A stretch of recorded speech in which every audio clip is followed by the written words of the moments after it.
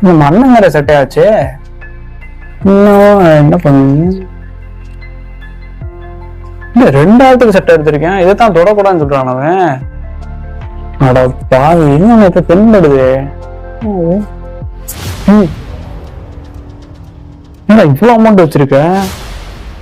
அட பாவி, ஒரு தம்பிக்கு தெரியாம இவ்வளவு வச்சிருக்கேன். மத்த இதுல எடுத்துப்போமா இல்ல எப்படி சும்மா வச்சுக்கலாமா? அவனுக்கு என்ன கணக்கா தெரிய போகுது. எடுத்துப்பா. கரெக்டா வெளியே போனோம். என்ன பில்லு மட்டும் தான் இருக்கு, சட்டப்பையில இந்த காசை காணோம். ஐயோ, இவனு சட்டப்பையில காசு தர்றேன் வச்சு. ஏய், சட்டப்பையில இந்த காசை எடுத்தியா?